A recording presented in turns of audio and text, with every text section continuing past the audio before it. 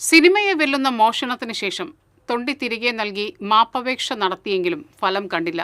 ഒടുവിൽ കള്ളൻ പോലീസ് വലയിലായി. ഗുരുവായൂർ അരിയന്നൂരിലെ ഡോക്ടറുടെ വീട്ടിൽ നിന്ന് 10 പവനോളം സ്വർണം കവർന്ന കുന്നംകുളം കല്ലായിക്കുന്ന് സ്വദേശി പുത്തൻപുരയ്ക്കൽ ഉണ്ണികൃഷ്ണനാണ് പിടിയിലായത്. മുൻപ് ദേവസ്വത്തിൽ താൽക്കാലിക ജീവനക്കാരനായിരുന്ന ഇയാൾ കഞ്ചാവ് കവർച്ചാ കേസുകളിൽ ജയിൽ ശിക്ഷ അനുഭവിച്ചിട്ടുണ്ട്.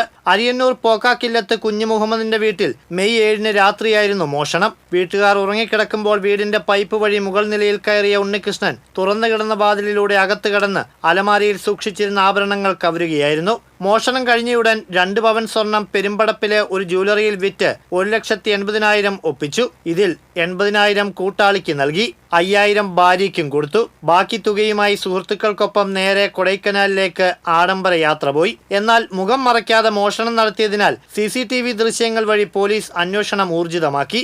ഇതറിഞ്ഞ ഭാര്യ കൊടൈക്കനാലിലേക്ക് വിളിച്ച് വിവരം പറഞ്ഞതോടെ കള്ളൻ ഞെട്ടി. ഒടുവിൽ താടിയും മീശയും വടിച്ച് രൂപം മാറിയാണ് ഇയാൾ നാട്ടിലെത്തിയത്. ബാക്കി 8 പവൻ സ്വർണം ആളൊഴിഞ്ഞ പറമ്പിലെ പൊത്തിൽ ഒളിപ്പിച്ചിരുന്ന ഉണ്ണികൃഷ്ണൻ മെയ് 11-ന് ഒരു സഞ്ചിക്കുള്ളിൽ ബാക്കി സ്വർണവും ഒപ്പം ഒരു മാപ്പപേക്ഷയും എഴുതി ഡോക്ടറുടെ വീടിന് മുന്നിൽ കൊണ്ടിട്ടു.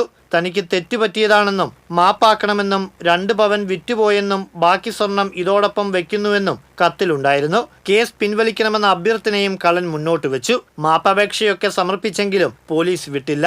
ചൊവ്വാഴ്ച ചാവക്കാട് വെച്ച് ഗുരുവായൂർ SI U മഹേഷിന്റെ നേതൃത്വത്തിലുള്ള സംഘം പ്രതിയെ പിടികൂടി. TCV ഗുരുവായൂർ.